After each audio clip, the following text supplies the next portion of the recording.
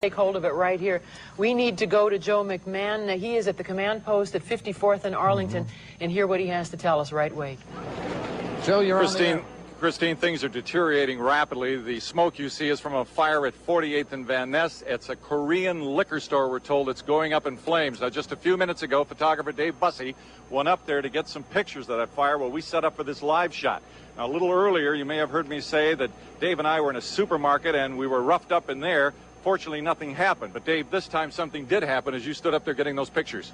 I was standing in the street, and there was a woman standing there telling her kids how terrible this was, and a man came out of the crowd and told me to get out of here in no uncertain terms, and grabbed my camera and made a motion to his belt, and I thought I saw a handle of a gun in there, and I gladly gave him my camera and got out of there.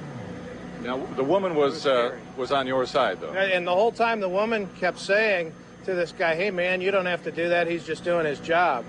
And I didn't want to argue. It was scary. You all right? Yeah. Okay. All right, Dave, we've had some close calls today. Maybe, perhaps, we pushed our luck a little bit. Now, we've talked, Harold, we've mentioned this, Christine. We've talked about the people down here who want to see this come to an end.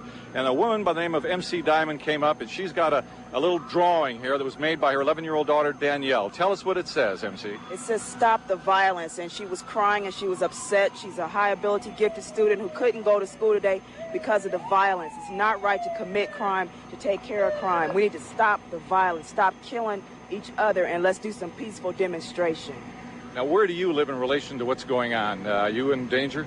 I live right in the middle of everything. There's burning fires going on at every corner around my house.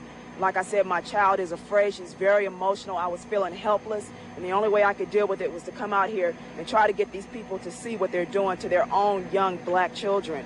This is what they're making them feel. You can see the blood that she's showing of the people that are getting killed and hurt with all this that's going on, and you can see the boys market where we shop at. Everything that means anything like life to her is being taken away, and it's not fair. This is not right. It's not right. We need to stop it and get into some peaceful demonstration. If you had just a couple of words to say to those people who think that they have a right to go out here and loot and burn and do whatever they want to do, what would you say to them? I say get educated, number one, and number two, I tell them to unify together and make a real difference. Even though I do understand their anger at what happened with the Rodney King case, and I understand that we are being seen, but there's other ways to be seen besides hurting each other.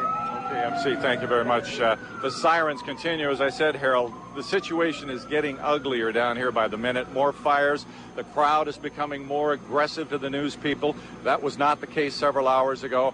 And if experience will bear me out here, and we've all been through this a couple of times, as we get toward nightfall, it's going to get worse as far as that aggressive behavior toward news media people and the police. That's the situation down here. I'm Joe McMahon reporting live. Back to you in Hollywood. All right, Joe, you pointed out that there was a fresh fire taking place up the street from you where Dave Bussey was, where he was robbed of his camera by an armed man, and that store apparently was a Korean-owned business.